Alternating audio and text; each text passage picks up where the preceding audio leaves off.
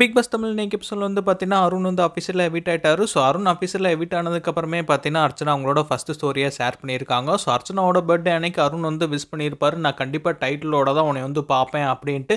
But கடைசியில் வந்து பார்த்தீங்கன்னா, ஃபினாலே கூட வராம அவர் எவிக்ட் ஆயிட்டாரு. இது தெரிஞ்சதுக்கப்புறம் அர்ச்சனா பயங்கரமா அழுத மாதிரி தெரியுது. ஸோ, அவங்களோட கண்ணை பார்த்தாலே கிளியரா தெரியுது. அழுது முடிச்சிருக்காங்க. அண்ட் அது மட்டும் இல்லாமல் அவங்க ரொம்பவே எமோஷனல். ஸோ, அருண் எவிக்ட் ஆயிட்டாரு, தோத்துட்டாரு தெரிஞ்சதுக்கப்புறம் ரொம்பவே பிரேக் ஆயிருப்பாங்க. விஜய் சேதுபதி லைட்டாக ரோஸ் பண்ணதுக்கே பார்த்தீங்கன்னா, அந்த அழுதாங்க. அப்படி இருக்கிறப்ப ஃபேன்ஸே எவிக்ட் ஆயிட்டாருன்னு சொல்லிட்டு ரொம்ப சோகப்படுறப்ப பார்த்தீங்கன்னா, லவ் பண்ற பொண்ணும் பார்த்தீங்கன்னா கண்டிப்பாக ஹர்ட் ஆயிருப்பாங்க, டிசப்பாயின்மெண்ட் ஆயிருப்பாங்க. ஸோ அதோட வெளிப்பாடு தான் இது.